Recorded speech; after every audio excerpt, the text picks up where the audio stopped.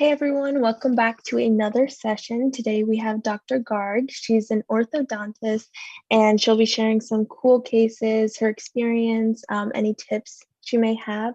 So thank you so much for joining us. We really appreciate it. And whenever you're ready, you can start. Of course. Hi, everybody. My name is Dr. Nisha Garg. I am an orthodontist. I live in New York City, and so I practice between Manhattan and Brooklyn here in New York City. Super excited to give you guys a glimpse of my past, what brought me to dentistry, orthodontics, and a little bit about a day in the life of an orthodontist. And so I was born and raised in Chicago, Illinois. I attended the University of Illinois at Chicago, UIC, for all of my graduate school. I did undergraduate, dental school, and I did my orthodontic residency program all at UIC.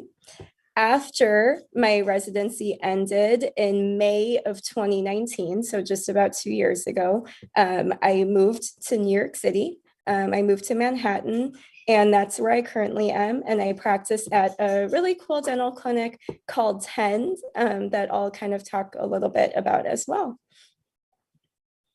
Throughout this presentation, I'm going to be talking about what brought me to dentistry, how I got into dental school, kind of just what I thought as soon as I entered dental school, orthodontics, and just like I said, life as an orthodontist.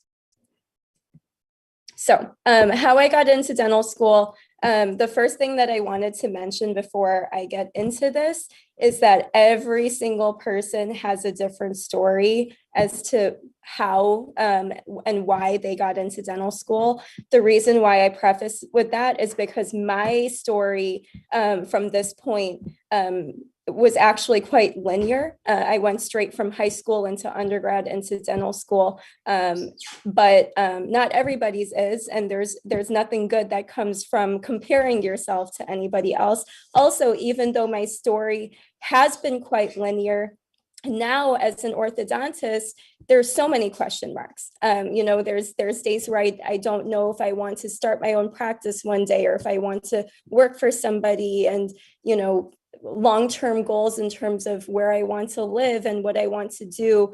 I'm still facing so many question marks, even if early on in my career things were quite linear. And so, anyways, just to start there, I had decided that I wanted to be a dentist in high school. And so as a junior in high school, when everybody was applying to colleges, I applied to guaranteed pre-professional direct programs. There's some of them, there's quite a few of them. I applied to all of the ones that I've listed here.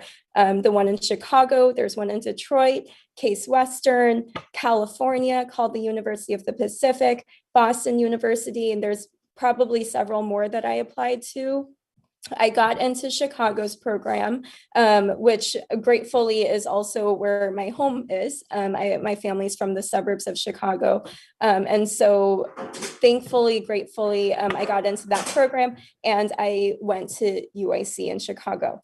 And so that's why I went to UIC for my undergraduate, my dental school, and then later I ended up staying there for my residency as well. As part of being in the guaranteed pre-professional, their GPPA program, I was required to maintain a certain GPA, which I can't really remember, maybe like 3.4, 3.5. And I was required to receive to get a certain score on my DAT, which I also can't really remember exactly what that score was, but it still required me to study very hard for the DAT in order to maintain my acceptance into UIC's dental school. For studying for the DAT, I personally used 3 different resources. 2 of the books were the DAT Destroyer and the Math Destroyer. And then I also used the online resource Crack Dat Pat as my 3 study resources. I felt that they were amazing and sufficient, but that was back in 2010, 2011. And so I'm not sure, what is out there right now or how things have changed. I went through my undergrad. I thankfully maintained my acceptance into dental school, and then got into dental school. And right when I started dental school, the first impressions that I had was just anxiety, and I was overwhelmed. I was somebody who did really well in high school, and then kind of undergrad wasn't too challenging for me because of the guaranteed pre-professional program. I was able to be part of a dance team, and do a lot of extracurriculars and enjoy myself. But then once I got into dental school, I was grouped with my whole dental class, and everybody had such a wide variety of backgrounds, and it was really, really intimidating for me. There were so many people who did not go straight from undergrad into dental school. And those people, had pasts of working as dental assistants, or, worked in jewelry and were really good with their hands and their fingers, and just had so many different backgrounds. And I was somebody who actually didn't really know much about dentistry whatsoever. And so I felt quite a disadvantage as soon as I started dental school. But quickly learned that the best way to survive dental school and thrive in dental school was through friendship. I never allowed myself to have an ego or be competitive to the point where I wouldn't, share notes with anybody, or I tried to excel above somebody else. I would never have survived that way because I was not the smartest person in the room ever. And so I knew that my greatest asset was to become friends with everybody else in the dental school, and form study groups and study clubs and share my notes, and do everything, kind of lean on my dental peers. And once I settled in with that mentality, it became a lot easier and a lot more successful for me to go through dental school together. And so looking back, dental school, those 4 years were my favorite years of my life. The friendships that I gained are friendships that I will and I do keep forever. And we talk every day. We never had any level of competitiveness or ego or class rank or any of that with one another. I was so grateful because I know that exists in the dental world. And in our class, we just did not entertain that whatsoever. And I think that's how me and all of my closest friends thrived through dental school. So that's just kind of one piece of advice. I made the decision to pursue orthodontics during my D2, D3 year. The way that happened is that of course, UIC has an orthodontic residency program, and I would go and visit the program all the time, while anytime that I didn't have a patient during my 3rd year of dental school, or just in general, I would just visit the residency program and just shadow. And the more I shadowed, the more I just fell in love with the treatment planning aspect of it. It was just so fun and kind of was just like a really fun game to learn how to treatment plan properly. Being in the clinic so often, I built really good relationships with the faculty and the residents, and the residency program had kind of become a second home for me, and it just seemed right for me to pursue ortho. It was a profession that I could visualize myself being passionate about for a long period of time, which I think is really important. It's never about, sometimes people can get really stuck into impressing somebody else or just wanting to be at the top or anything like that. But it should be about seeing what you think that you'll enjoy for the longest period of time. Another reason why I, in general, chose to specialize versus choosing to be a general dentist is because, to me, general dentistry seems really hard. It was really intimidating to me to have to be good at everything. Whereas in orthodontics, I found comfort in knowing that I could train myself to be really good at one thing, which is braces and Invisalign. And so I could foresee that if I was a general dentist, I would feel pressured myself to learn implants and learn veneers and learn cosmetic dentistry and learn all of these other components. And so I found some comfort in knowing that my scope would be lessened if I chose to specialize. And so that just kind of worked better for me and my personality. Once I decided to go into orthodontics, I had to start building my resume. I started to focus more attention on my GPA and my class rank because I was not at the top of my class. And so I needed to kind of redirect my energy once I decided that I wanted to specialize.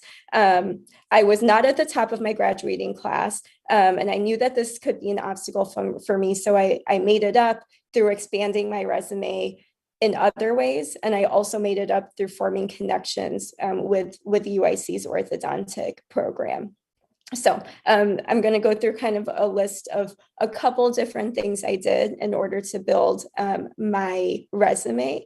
The first thing that I did was orthodontic externships. So when you're in dental school, you do have the option of taking some days off to visit other programs if you want to specialize. And so that was something that was really, really helpful for me for several different reasons. And so I did an official externship at my own school's orthodontic program where I essentially was absent from the dental school for a couple days and just focused all of my attention in the orthodontic clinic for a couple days.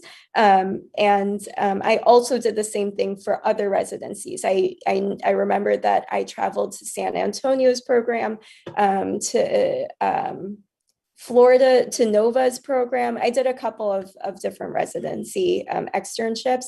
This was really helpful just for me to get a sense of more of what orthodontics is about, and also to refine how I interview.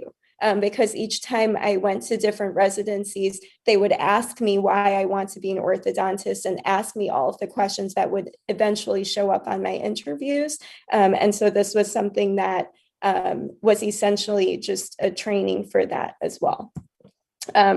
Another thing that I did was, which was very random, was this fellowship. It's called the Albert Schweitzer Fellowship. The reason why I talk about this, I'm going to jump to the bottom of the slide. The old head of the orthodontics department, I was sitting in a lecture one day and somebody asked her, is it really so important that we do research if we want to be in orthodontics? And I would say the same question for if you're somebody in undergrad looking to go into dental school. The question is it really so important to do research? And the answer that she gave really stuck with me. She said, it's not that we want to see if you can do research. We want to see if you can ask an important question and also solve it. And we want to see that in any way, shape, or form. I tried so hard to get research opportunities, and for some reason they never really came my way. And this fellowship ended up, to me, just being a really big saving grace, because it was very unique. And I was really passionate about it once I did it. So this group, the Albert Schweitzer Fellowship, they randomly came to the UIC Dental School one day for a lunch and learn. And essentially what this group is that each fellow who is accepted into their fellowship creates an outreach program to an underserved population and carries out the whole program. I just decided that I would be passionate about this, and this could be my thing. This could be the thing that I ask a question, I solve it, and I do an entire program about it, and it could set me apart. And so I applied my D2 year, did not get in, and then applied again my D3 year with a whole new project and did get in. And so what I ended up doing was there was a local VA hospital very near to the dental school. I decided to work with the veteran population because one random fact is that veterans are either fully covered for dental treatment or have no coverage whatsoever. And a lot of them have no coverage whatsoever. And so I decided to work with the veteran population. at a local VA and provide oral health classes and kind of just teach them about oral health. And even though in the beginning it seemed like this was so separate from my dental school and something I was doing on the side, it ended up collaborating with our dental school fully, to the point where, you know, the deans of my school knew that I was doing this and I was working closely with them. And we even organized an entire like veteran screening day on the Saturday in my dental school, which had so many people involved. And it was just a really big thing. And it kind of just showed me that, one, you can always find something. You don't have to be cookie cutter, and that you can do what you're passionate about, versus kind of just saying that everybody does research, you have to do research. There's more. There's no more ways to shine. These were a couple little things that I did. Again, this wasn't a research project that I did, but I found like an avenue where there was this little competition, where different dental students could kind of just put together a little like lit review, and then present on it. And so I did that. I was a research assistant for an orthodontic resident while she was doing her master's thesis. And so these were just some of the things I did in order to just like really immerse myself in the orthodontic department. And I'm really grateful that I did all of those things. And I really actually enjoyed all of those things. So what is orthodontics? So orthodontics is the practice of creating a treatment plan that will align somebody's teeth, align their bite, and correct their malocclusions. And so orthodontics in a nutshell with this case that we have in front of us is the process of saying, okay, this person, that essentially saying, what are their issues? How should each issue be resolved? And what order should they be resolved in? And then carrying it out. And so for this person, we see that they have an open bite, meaning their front teeth don't touch in the front. There's some misalignment. You can see the one tooth on the upper right side, that canine tooth, that's higher than the rest of them. This person has habits. You can see that their tongue kind of wants to sneak through in the front, and that's what's causing the open bite. If you look at their profile picture, their side picture, you can see their lips are really full. And then if you look really closely, which might be a little bit more challenging, but you can see that the center of the upper teeth doesn't match the center of the lower teeth. And so this is kind of just, you know, in a nutshell, a smaller list of things that can be identified. And then it's up to the orthodontist to say, how are we going to solve this? And what order are we going to solve this? Are we first going to close the bite and then bring that tooth down, the one that's higher? Are we going to remove teeth? What are we going to do in order to solve this? And so I can go further into what we did after, but this was her final. We ended up removing teeth, and you can see, if you look at her side profile in the initial picture versus the side profile in the final picture, you can see that her lips look a little bit less strained. And that was part of the deciding factor in removing teeth versus keeping all of her teeth and making everything fit as is. So just some of the things that go into deciding and carrying out a full orthodontic plan. Part of the reason why I fell in love with orthodontics is this is what all of the seminars are like in residency. You know, you go into a seminar, they pull up a case, and then everybody gives their own input in what they would do. There's so many different ways that each case can be solved. And it's fun and it's interesting to think about what other people would do compared to what you would do, and then eventually see the final result.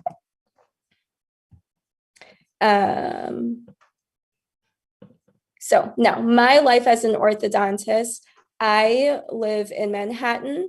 Directly after residency, I worked for an orthodontic practice that was really high volume. I would see about 70 patients a day. I was the sole orthodontist, and the treatments that we provided were just traditional braces on the fronts of the teeth and Invisalign.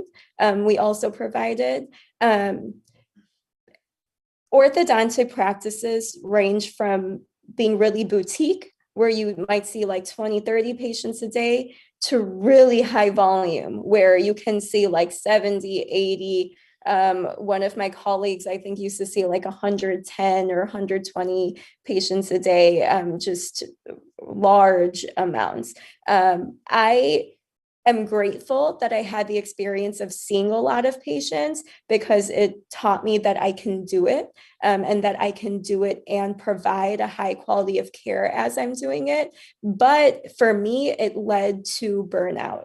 And it was something that eventually I said, I can't do this anymore. I'm exhausted by the end of the day. I barely have time for just like relaxing or catching a breath.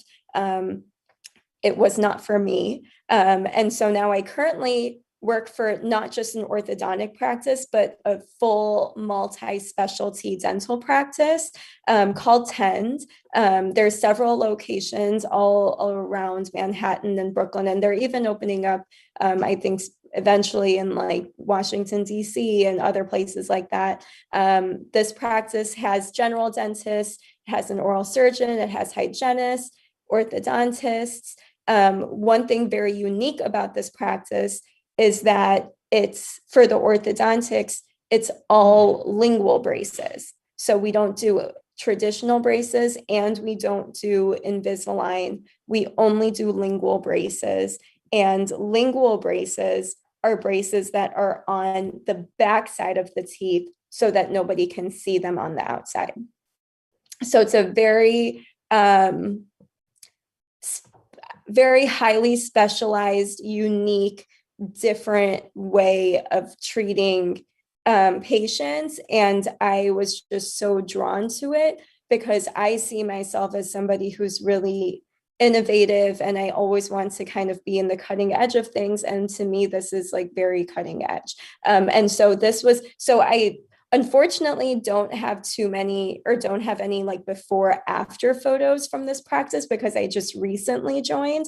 But this is one of my patients here, where on the left side, you can see her initial photos. You can see that there's, one tooth on the upper right side that's in a little bit of a crossbite, things like that. And then when you look at where she is now, which she is not close to being done, but where she is now, the teeth are aligning really nicely. Things are looking better. And from the front, there's nothing. So you can't see anything whatsoever. But if she opens her mouth really big, then you can see the silver on the top teeth and the bottom teeth. So that's what I'm doing now. I have this little chart that I created because the biggest question we get is, should I do lingual braces, which are on the back of the teeth, or should I do Invisalign? Because they're both essentially invisible. The lingual braces are not visible at all from the front, unless somebody has like really proclined angled teeth to where you can kind of see it in the back. And so I have had a couple members like that where their teeth are very angled and then you can see it. So lingual braces are not visible at all from the front for the majority of patients. Invisalign is barely visible. If you look closely, you can kind of make out that they're wearing something. So Invisalign's barely visible. Another benefit of lingual braces is that it's always on. It's on 24/7. The patients don't take them off and put them back on or anything like that. It's working all the time. With Invisalign, they need to be removed each time a patient brushes and each time a patient eats. And then we have to expect the patient to just immediately put them on right after. And so sometimes there's compliance issues where the patients, might just get lazy and not put them back in their mouth. And you don't know that as the provider. And so sometimes you're saying, wonder why the teeth aren't moving. Is it something with the treatment or is it compliance? There's more questions. Whereas with lingual braces, it's not a question. They're always on. The third point on my chart, I didn't necessarily say which one's better. They're just both different. With lingual braces, it's braces. Food will get stuck in them. And so I always immediately, even in the consult, recommend a water flosser, and so that they can just eat, and then immediately whatever food is kind of in there, they can just power wash it out, no questions asked. With Invisalign, food won't really get stuck because they're just separate. You take your aligners off and then you eat, but you have to brush before you put the trays back in. Otherwise, right after you eat, all of the sugars and stuff that were on your teeth from eating, if you just put your trays right back in, those sugars are essentially like getting taped right onto your teeth. And that's really not healthy and can and will lead to cavities. And so 2 different ways of looking at it. Somebody who's a patient who's really, really type A will always brush. Maybe they should be an Invisalign patient. Somebody who is probably not like that, maybe they should be a lingual patient. A couple ways that Invisalign, I think, kind of takes the mark over lingual braces is with comfort. Lingual braces are uncomfortable for the tongue, especially in the first couple weeks. Your tongue is kind of rubbing up against the lingual braces, and then eventually we'll even probably get some little abrasions on them as they're getting used to the braces. Eventually those go away, but in the beginning it's tough. Whereas Invisalign doesn't really have any comfort issues once you get used to wearing the aligners. And then lingual braces also has lisping, where right when you get them on, because they're on the back of your upper front teeth, you might lisp. And so somebody who's, I have some patients who are comedians and speakers and different things like that. And that's something that is really important that they know ahead of time. Whereas with Invisalign, there's just less of that type of adjustment phase. With lingual braces, you have to avoid hard, crunchy, sticky foods the way that you would with braces. Otherwise, your braces can pop off. With Invisalign, you can basically eat anything. You just have to brush afterwards. In general, I would say lingual braces are a better choice for a patient who just wants like a set it and forget it. They don't want to do any of their own maintenance type of treatment. And I would say Invisalign is better for the very diligent patient or a very sensitive patient who may not be able to deal with the tongue against the braces.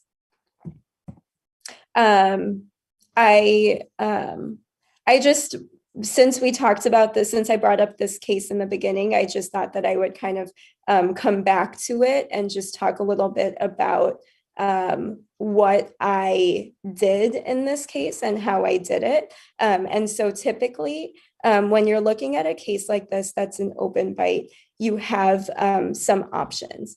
One of the options is that right now there's some crowding. The upper right canine is crowded out.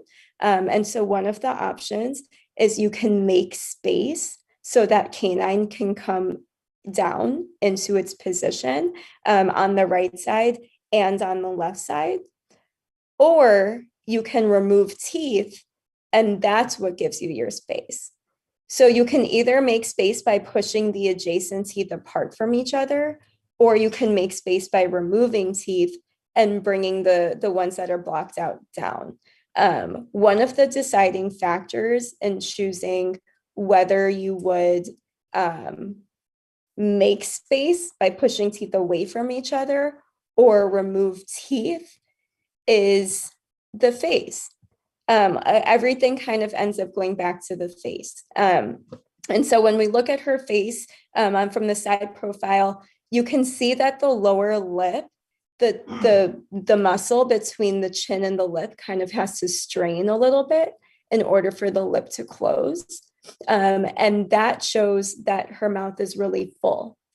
And if we create more space by pushing the teeth apart, we're going to make the lips more full.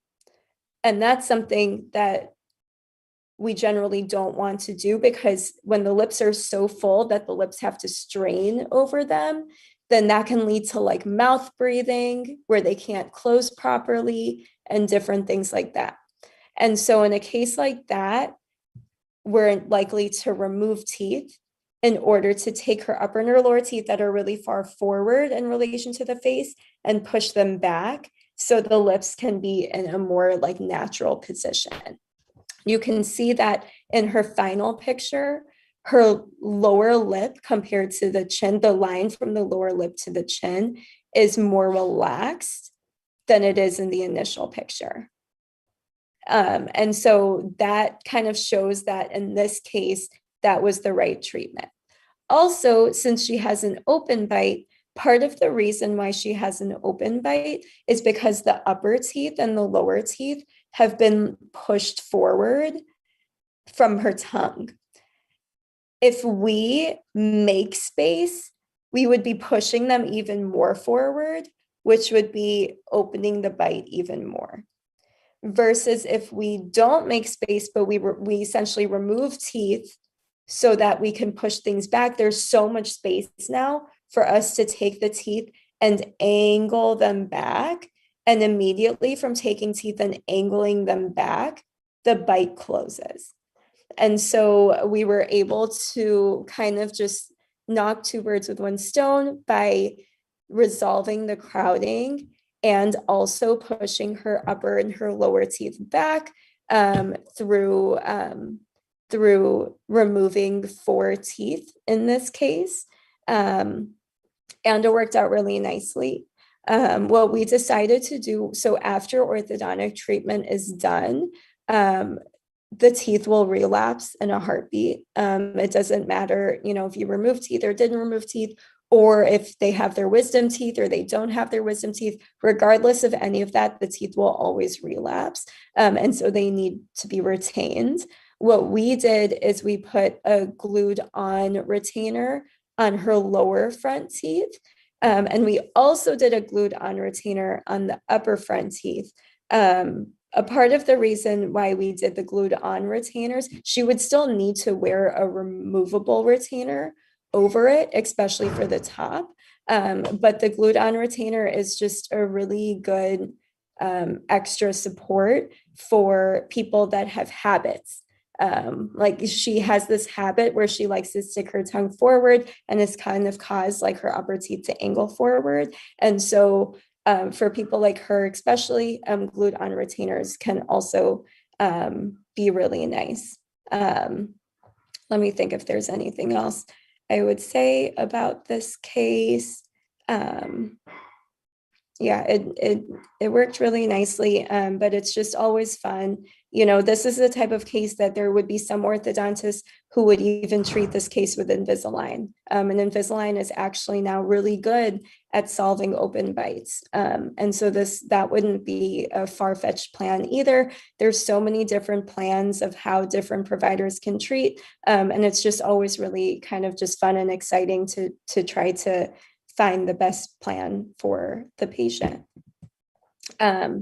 And so this is kind of just like a final just tips slide. My biggest tip is also the most cheesy tip that I would not have gotten anywhere without leaning on those around me. Always, always, always choose teamwork and friendship over competition. I think that has just gotten me so far in life. And so strong proponent of just kind of trying to remove, especially with specializing, dental schools are just it's stressful. That class rank is important and different components are important. But me and all of my friends had different class ranks and we all got into the programs we wanted to get into.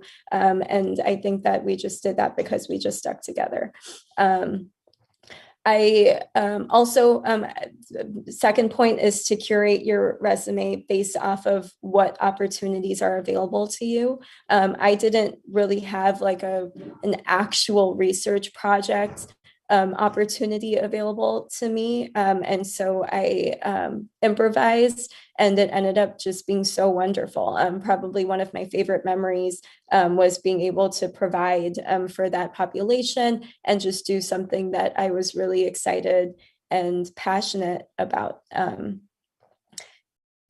Once you're in, this is another big tip that I feel really strongly about is that once you're in dental school, even if you go into dental school with the mindset that you want to specialize in something different, try to learn general dentistry really, really well.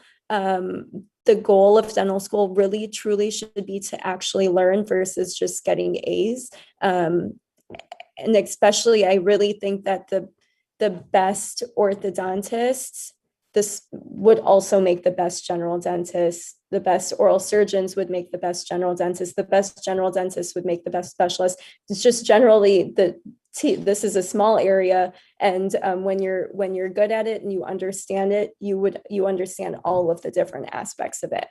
So never go into dental school saying, I'm not even going to do this one day, I'm just going to be an orthodontist. It's really important that you try to kind of just take in all of the pieces of dentistry. It'll just make your life so much easier and more exciting down the road. If I can do it, you can do it. I was never the top of my class. I was never the smartest person. I just leaned on people. I used my resources. I'm still figuring it out. There's so many open-ended questions in my life, but I really think that anybody and everybody can, if you want to be a dentist or an orthodontist or an oral surgeon or periodontist, whatever you want to do, you can absolutely do it. I am available. You can message me on Instagram. You can email me with any questions. I absolutely love this stuff. This is my favorite part, is being able to just kind of help and be available. So that's basically it. Awesome, Dr. Garg. Thank you so much for that amazing presentation. Now we have like 20 or so minutes for questions, and we have some from our Instagram and YouTube, so I'll just get started. So what advice would you give to your younger self if you could go back before you apply to dental school, and just kind of like one piece of advice you could give yourself?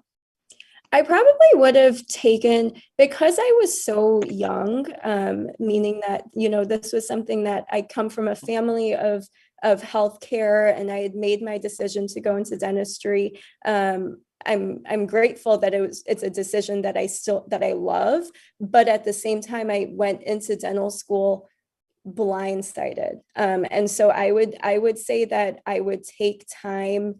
If I could give my younger advice and my younger self any advice, it would be to just take time and shadow more and learn more, and do it for the sake of learning versus the sake of excelling and checking a box. Absolutely. So the next question is, what are some pros and cons of orthodontics compared to other specialties, if you could think of some? Sure. So orthodontics, I don't know if I can specifically say what's a pro versus a con, because I think that depends on the person. But I'll say that orthodontics is very different in some like fundamental ways. One of them is that in orthodontics, the orthodontist is the treatment planner, and the person that tells dictates the plan for the day.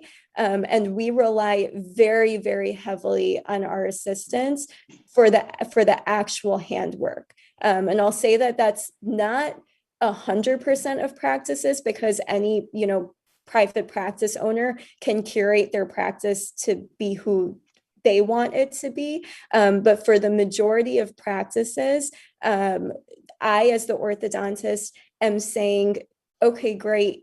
Today we're going to keep on closing spaces. We're going to do X, Y, and Z. And then I move forward to the next patient, and the orthodontic assistant does a lot of the actual like retying the appliances and stuff like that, which is just fundamentally very different from a dentist who's sitting down and doing an entire filling, or an endodontist who's sitting down and doing an entire root canal.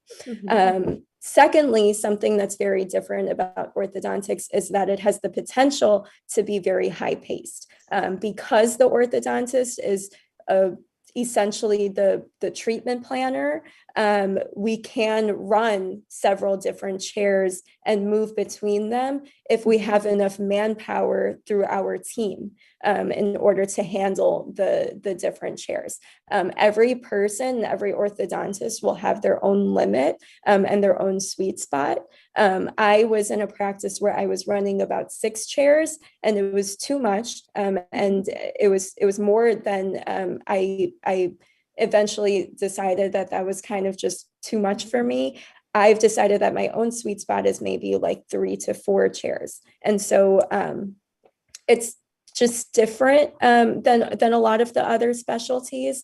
And so you have to, your personality has to match that. Absolutely. Thank you. So kind of going off of what you just mentioned with treatment planning, you had like discussed through that case that you'd shown kind of your treatment planning, but on like a broader level, like what goes into treatment planning, not for just a specific patient, but like, do you talk to someone else, or kind of what's like the mindset when going into it?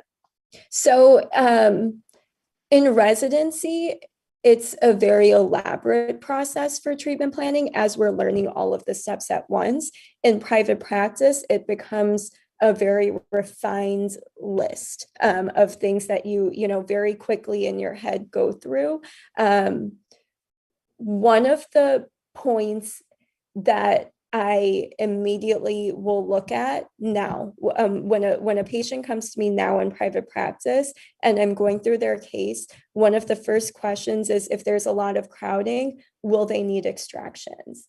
If they need extractions, then that kind of puts me in a separate category of thinking versus if they don't need extractions. So I'm able to kind of just sort them immediately using, you know, that one question. The second question is there, you know, something about the facial profile? Which essentially again goes into extractions. And so looking at the facial profile helps me make some quick decisions and sort them appropriately. And so does, you know, would they need extractions?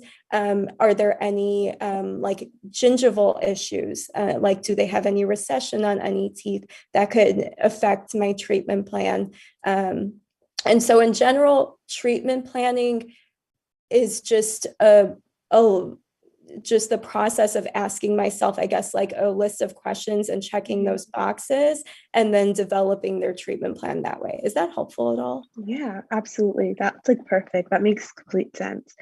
So kind of going off of that, when you mentioned about extractions, so I'm assuming you don't do the extractions yourself. Do they go to like a general dentist, or do you refer them out for that? Exactly. Either a general dentist or like an oral surgeon. Each practice typically has like their go-to referral. Gotcha. Perfect. So you had mentioned that like you yourself don't do many procedures, but some orthodontics can in other offices. So with just that, with orthodontics, what are some like common tools that you use? Are there any parallels with general dentistry, like hand tools and stuff? Cool. So the actual instruments themselves are actually, several of them are quite different from general dentistry. We use a lot of like pliers for holding wires, and just like different like pliers and instruments for like manipulating like the colored rubber bands that fit on the braces and different things like that. But I'll say that a lot of our materials are the same as dentistry. And so in dentistry, you learn about all of the different types of resins that you use for fillings. And then in orthodontics, we use those same resins as our glue for where you stick the braces onto the teeth. And so it's always it's so important to learn all of the dental materials so well when you're a dental student, because all of those come back really quickly and necessary in orthodontics as we're learning which different types of composite and resins we're supposed to use in different ways. Awesome. So kind of going on to residency. So how does like maybe residency in general work, and specifically the one like for orthodontics? Like, are there classes, or like is it hands-on? Kind of how would a day look like for you back then? Sure. So in orthodontics, when you start residency, you're essentially starting a brand new language because most dental schools don't provide you with enough orthodontic knowledge for you to be able to just start a case right off the bat.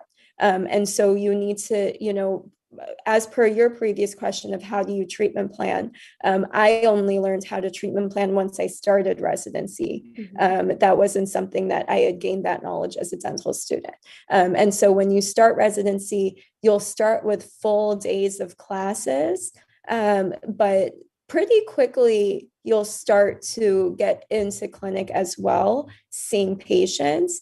And eventually, by the time you're almost done with residency, you're pretty much fully in clinic with some seminars. The way that my residency was structured is we always had a morning seminar every morning from like 8:30 to 9:30 or whatever time it was. And then essentially the rest of the day was usually clinic. The seminars are also just really exciting lots of times because residencies will have different, practicing orthodontists come and lecture on their cases and different things like that. And so there was never any feeling of, man, I have another lecture. It was more of just like an excitement towards what we would see and learn on that particular day. Awesome. So kind of just with dentistry in general, there is like a lot of new technology and stuff. Like in your office, what kind of new technology or like things do you guys use that might be cool? Yeah, for sure. So our clinic, I feel really lucky to be part of this clinic. It's very new. And so, we have a 3D X-ray machine, a CBCT. Also, our entire orthodontic system that we use is a brand new system. It's called InBrace. That's the type of lingual braces. And it's really like new and upcoming, and it's exciting to be a part of just learning that type of lingual braces. And then along with those braces, we're using different tools, or we're using the same tools in a different way to be able to kind of work through those braces, and which is a little bit different than working through braces that are on the front of the teeth. Yeah, for sure. Let's see what other questions you can ask. Oh, actually, I was curious about this. So you work in the city, like in New York City, and like, how would you say like your experience with working in the city is? Like, what are some pros and cons, and how it might be different from the suburbs, if that makes sense? For sure. Okay, So cool. I really enjoy the population group. The population group for my practice, because I do lingual braces, it's like mainly adults. Like most like kids would do the traditional braces and want colors on the fronts of their teeth and stuff like that. So I see patients that are mainly like my age. And Manhattan and Brooklyn, it's just such a melting pot. And so I get to meet so many different people that have just, to me, like the coolest careers ever. And so that's something that's really exciting, is that I get to, meet people that are in fashion and architecture and comedy and all of these different things. And so I really enjoy the diverse patient population that I get, which you would find in a really big city like New York City. I guess it's also, my day is different. I commute by subway every day. There's different things like that. But in general, I mean, the patient, they're really just nice, loving people. And so I really enjoy it. Awesome. Okay, so the next question kind of has to do with dental emergencies. So if you were to have one in the office, or if somebody like called and said they needed like an emergency appointment, what are some steps you would take to deal with that? Yeah, so in with braces, the emergencies are very rarely a true emergency. Emergencies are essentially, if a bracket breaks, or a wire has shifted a little bit and is poking the patient, or something along those lines. always have room in our schedule for emergencies to come in. And so they come in as needed. It's usually, luckily, it's usually not something that's, of dire concern. Okay, awesome. So in your like personal opinion, I mean, everyone could like say something different, but was like residency harder for you or dental school? Oh, that's a good question.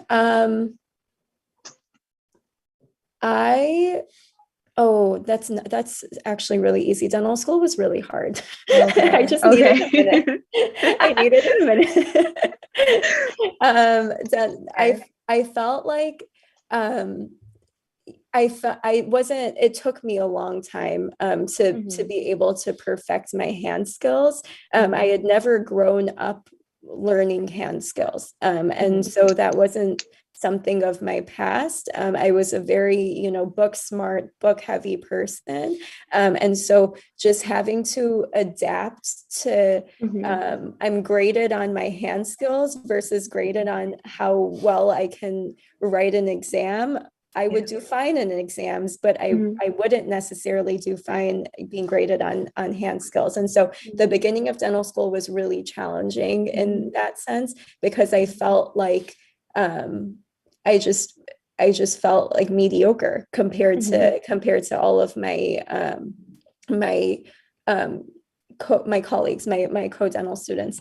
And so definitely I felt like dental school was harder. But once I got past that, every single person who goes through dental school will eventually pick up the hand skills that they need. And once I felt like I did, and I would say maybe like the beginning of D3 year is when I really felt like, once I was seeing patients, I just felt so much better about everything. Once that time came, then it was pretty smooth sailing. And I think that once I started residency, I was a lot more prepared for residency than I had been prepared for dental school. And so I went into residency with a way better mindset, where I just said, no matter what, I will sit on a chair for as long as it takes for me to pick up these hand skills quickly, because I didn't want to struggle the way that I felt that I struggled in the beginning of dental school. Yeah, for sure. That's amazing.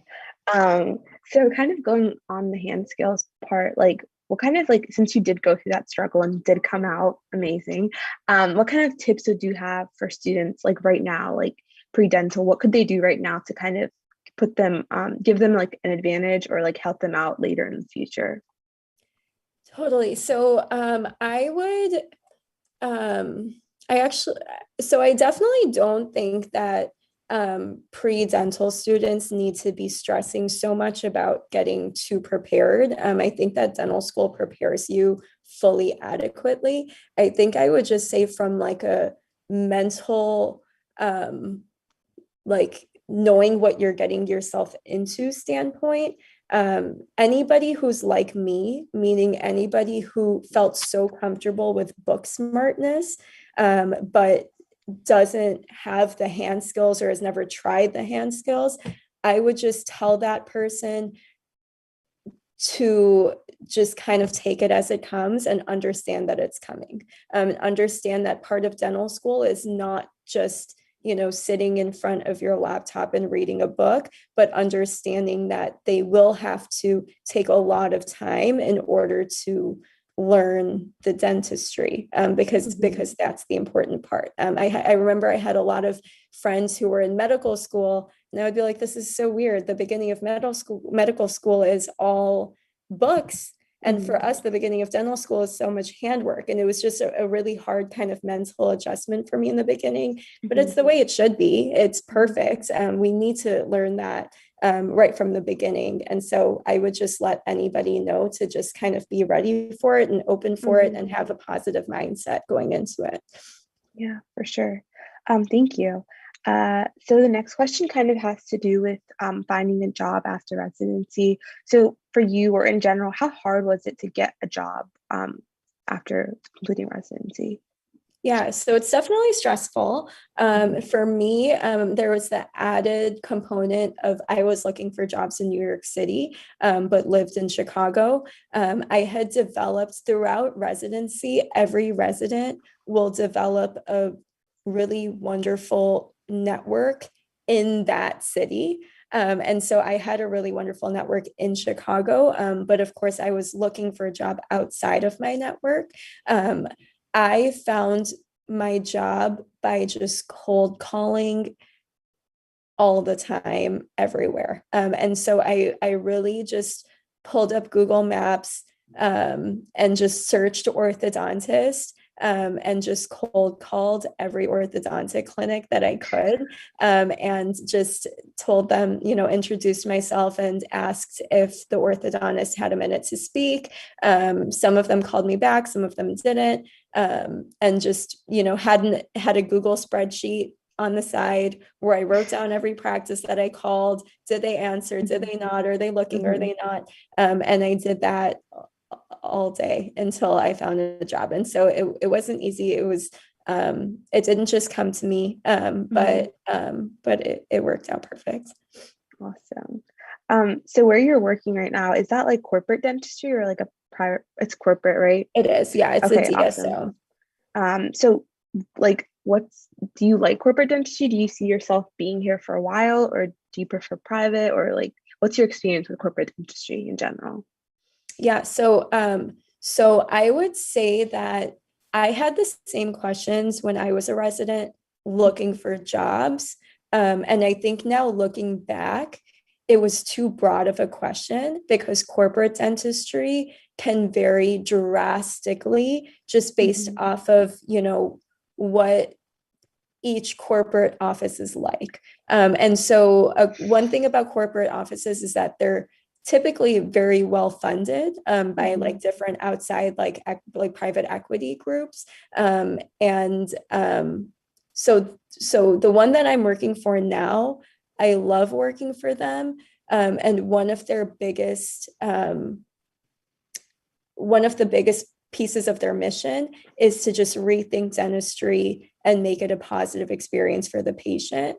And so I feel great about the work that I provide, every aspect of it. Whereas there's other clinics where the sole purpose is to get as many patients in and out as humanly possible. And those also can fall under the same umbrella as corporate offices. And so I think it's no longer a question of is it corporate or not, but a question of like what is their mission statement and choosing it that way. Absolutely. Thank you. So the next question is just in general, what's your favorite thing to do? Like what's your favorite orthodontic procedure, and like what's your least favorite if you have one? Let me think. So I love if you can't tell, I love the treatment planning part.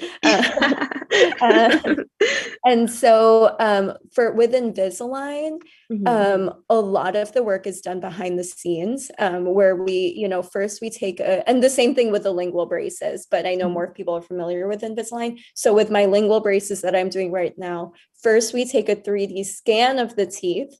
The same scan you would take if you're doing Invisalign, and then we upload it onto a software, and then I go onto the software on my own time, and I like literally like move teeth around. I create like an entire like 3D plan. In retrospect, I should have included some screenshots, but I didn't think about that. It's okay. But I include like a 3D plan, or I create a 3D plan, and then I get to kind of just watch it take place in real life. And I love just the amount of time that I spend working on those plans, and it gets me thinking about everything. And so I would say that that's just kind of my favorite part. I get to remember, pieces of my conversations with the patients, if they like particularly wanted a tooth moved in a certain way, and I get to kind of incorporate that into their plan right from the beginning. So that is really exciting to me. In terms of the least exciting part, there's always times where you're trying to like engage a wire to the bracket, and for some reason something just is not working 100%. And so those little moments where you're just like, man, what is going on here, and just trying to get things to just work in your favor. It's just a part of the everyday, but of course we could all live without those parts. Yeah, for sure. Okay, so I think we have time for one last question and then you can go. But the last question is just kind of, where do you see orthodontics going, like in the next 10 years or 15 years? Like, where do you see technology, or just in general, the field itself? Oh yeah, I see things going a lot more digital, more and more. I feel like I kind of see it with the practice that I'm in. I see a lot more lingual orthodontics, a lot more clear aligners, a lot more being capable with both of those aligner systems, to where, you know, more people will have more options and not need to do traditional braces on the fronts of their teeth. I see a lot more being planned digitally, the way that I plan what I'm doing digitally. With Invisalign, you customize the trays digitally. With my braces that I do, we customize the actual brackets. And so there's potential down the road for just all brackets to be customized, and so a lot of the work will be able to be done behind the scenes again, even for like traditional braces. And so I think that yeah, there's just a lot more potential for things to just be completely digitized, to where we don't need to be doing so much and making so many decisions on the spot. The decisions can have happened before. Gotcha. Okay, that was amazing. The presentation, the questions and answers, that was just an amazing presentation. Thank you so much again. And they can like email you or follow you. I think there's a slide with your email on there. Yeah. If you want to show them. But yeah, so for anyone, like, I guess you can email her. Yeah. Yeah. That's all we have for today. Thank you for watching, and yeah, thank you again, Dr. Garg. Thank you so much. Of course. Thank you.